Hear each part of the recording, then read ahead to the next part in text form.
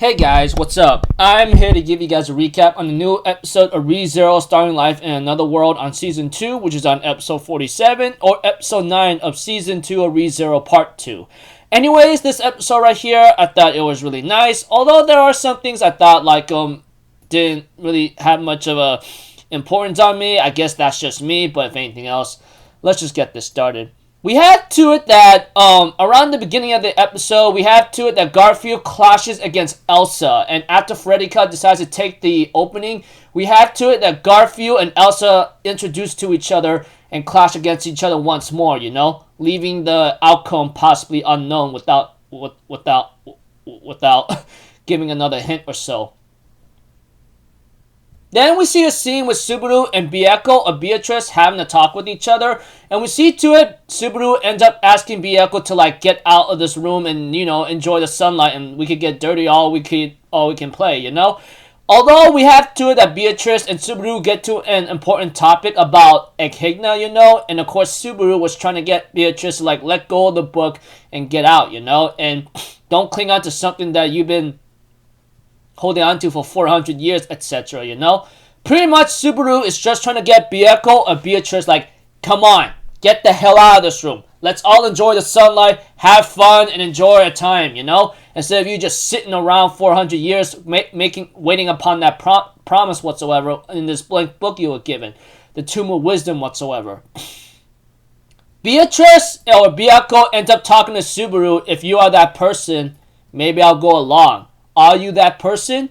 And Subaru's like, are you stupid? There's no way I can't be that person. Then Bieko just pushed him out of the room going, get the hell out. And then closes the door. I'm like, man, I really wish you could have been that person at least. Although, depending on how he would answer what that person is, might be a little beyond what Subaru could possibly become or even idealize for Bieko. So, whatever the case, that didn't work out so well. Beatrice or Bieko just told them, get the hell out, whatever, and closes the door. I'm like, girl, are you serious? But anyways, we had to it that Petra and Otto end up meeting with Natsuki Subaru, and they end up falling through a floor, and they get rescued by Frederica. Then we get to see Meili or something riding a giant magic beast hippopotamus. I'm like, what the hell is that hippopotamus? I was like, that motherfucker's big! Bowling ball big. No, make that 30 times big, if anything. Goodness gracious. And Frederica tells Natsuki, Subaru, Otto, and Petra to run off, as Frederica will handle this herself, Then we get to see Subaru, Petra, and Otto try to make way to Rosewall's room. But unfortunately, they get cornered, or they confront a magic beast who is apparently is possibly beyond freaking beyond their strength or comprehension to possibly tame it or control it. So, not happening there, and then we have to it that after that, it ends up in a cliffhanger where Subaru and Otto and Petra are pretty much cornered. Then we get to see Amelia's second trial, This trial right here, I will tell you the truth, I can't really get much out of it, but all I can really tell you is it's a future what you think could have happened if something else took a different route, that kind of thing.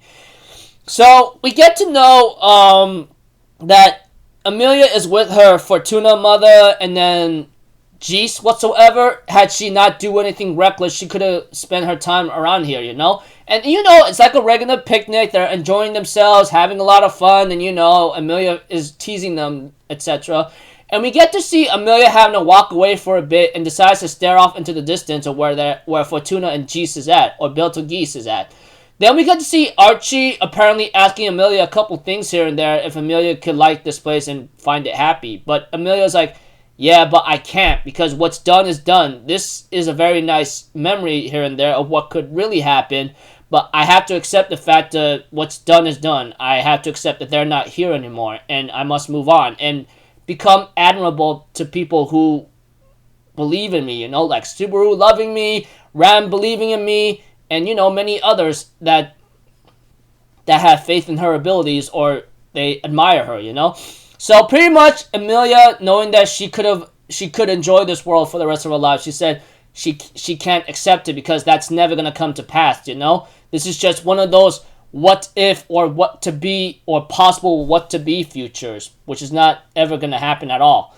Eventually, Amelia accepted that fact and ends up having to say, you know, as much as I love this future, I'm gonna understand that what's done is done, you know. I want to be someone who is admirable and someone who pretty much still has a lot of care, you know. I mean, all my life, you know, I've always been helped and protected, and now I want to be someone or someone to somebody that could help them and protect them, you know. Eventually, Echidna, it looks like to me, she apparently how am I supposed to say it? Looks like to me she has tears in her eyes because it looks like to me Amelia easily passed her second trial, no problem, you know? And she gets really upset about this and that she just states that I hate you, I hate you, I hate you, I wish you died or something, you know?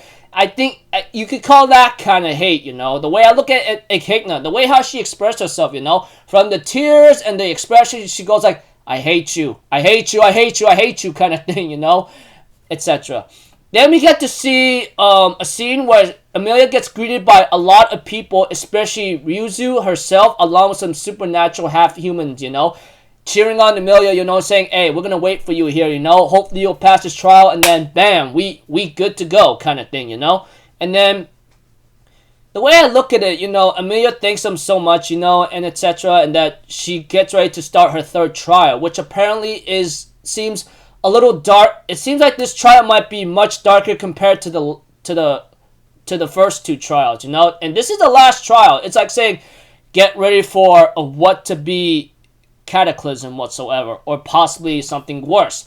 I don't know, but whatever the case may be, this is like all or nothing for Amelia now. I don't know how she's gonna get past this, but I'm pretty sure when Echidna mentioned to Amelia, I'm pretty sure the last two trials shouldn't be a problem for you. But we'll have to see. I mean, it's all or nothing, and depending on how strong her mental will is, thanks to Subaru's help and everyone else, this is all on her now. So, don't know what's gonna... As for Ram, she works with Puck to still continue fighting against Rosewall to stop him from doing something very reckless, you know, whatever the case may be.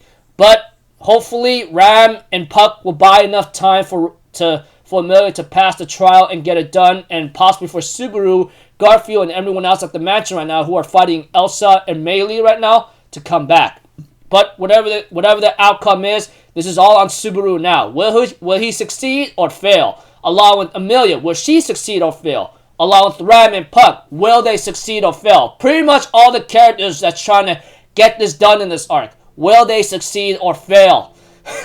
So, it's all or nothing now. I wish them the best. Hopefully, looking forward to next episode or so. So, until then, people, I'll see you guys in the next video. I'm Fazero. Have a good day, and I'll see you guys next time, alright? Peace out. Bye-bye. Toot-toot-toot.